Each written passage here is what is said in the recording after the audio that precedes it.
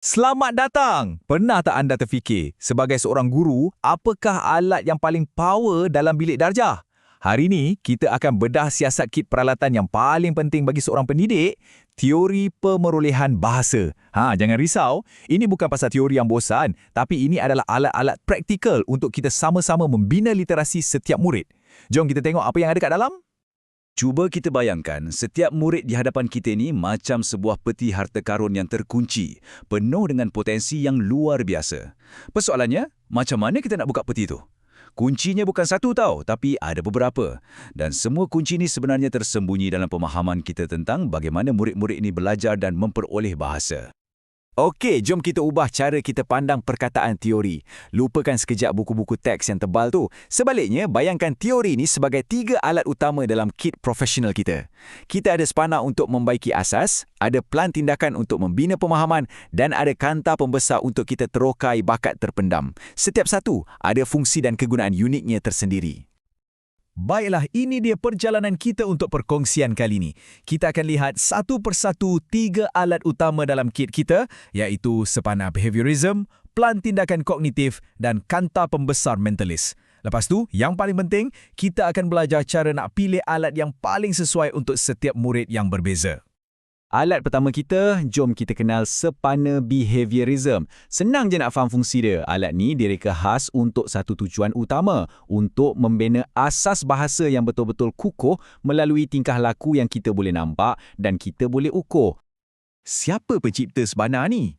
Nama-nama besar seperti B.F. Skinner dan Ivan Pavlov. Prinsip mereka ni sebenarnya mudah je. Bahasa dipelajari sama macam kita belajar kemahiran lain. Macam mana tu? Melalui peniruan, pengulangan dan juga peneguhan. Fikirkan 3 benda ni.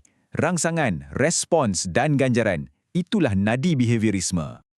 Jadi, macam mana kita nak guna spana ni dalam kelas? Untuk membaca, ia tentang latih to be sebutan. Guru sebut, murid ikut. Ulang, ulang dan ulang sampai betul. Untuk menulis pula, ia macam kita bina memori otot. Murid salin huruf berulang kali sampai tulisan tu jadi automatik, kemas dan cantik.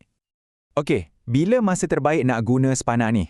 Ia memang sangat berkuasa untuk murid-murid pemulihan yang perlukan asas yang kuat dan hasilnya memang cepat nampak. Tapi, kena ingat, ada hadnya juga. Ia lebih kepada mekanik, bukan makna. Ia kurang sikit bab nak galakkan pemikiran kritis. Senang cerita, ia alat untuk membina asas, bukan untuk mereka cipta. Seterusnya, kita beralih ke alat kedua. Pelan tindakan kognitif.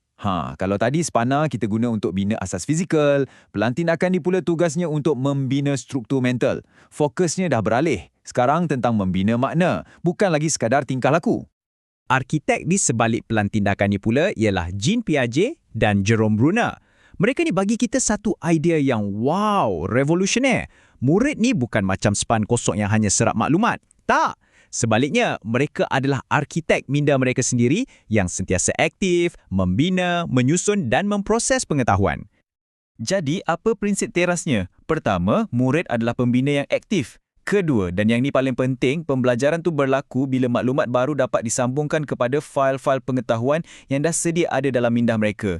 Benda ni kita panggil skema. Jadi fokus kita dah beralih daripada tengok tingkah laku luaran kepada cuma faham apa yang sedang berlaku di dalam minda murid.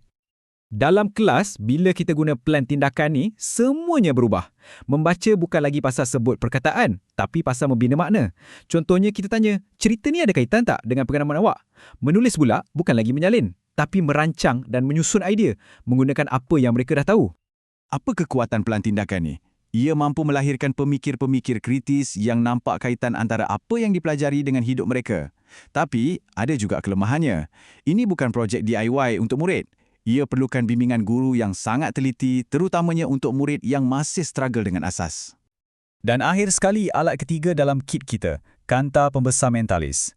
Okey, kalau tadi spana untuk membina dan plan tindakan untuk merancang, kanta pembesar ni pula fungsinya untuk membantu kita nampak apa yang dah sedia ada dalam diri setiap murid, potensi semula jadi mereka untuk berbahasa.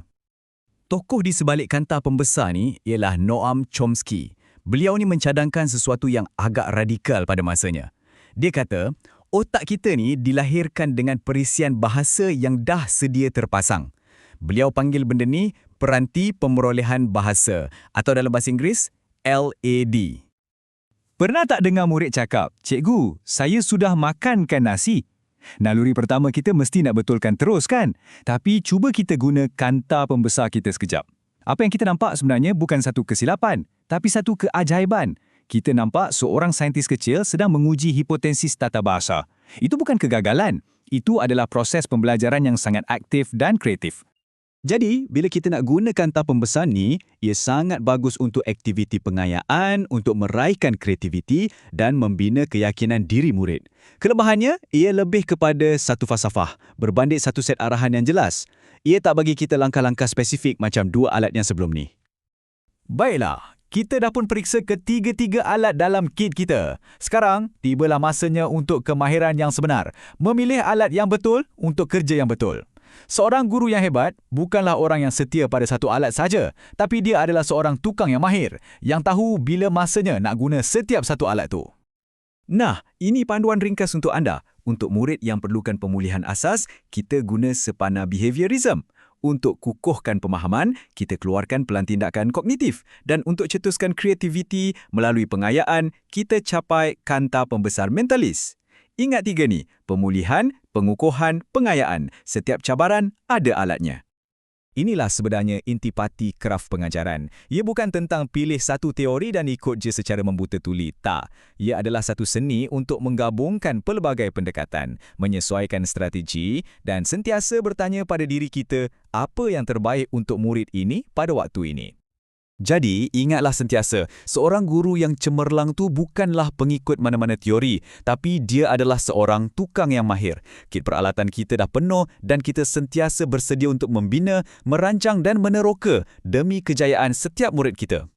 Saya tinggalkan anda dengan satu soalan untuk direnungkan. Esok, bila anda melangkah masuk ke dalam bilik darjah dan berhadapan dengan murid-murid anda, cuba fikirkan tentang kit peralatan ini. Antara ketiga-tiga alat tu, alat yang manakah yang paling mereka perlukan daripada anda?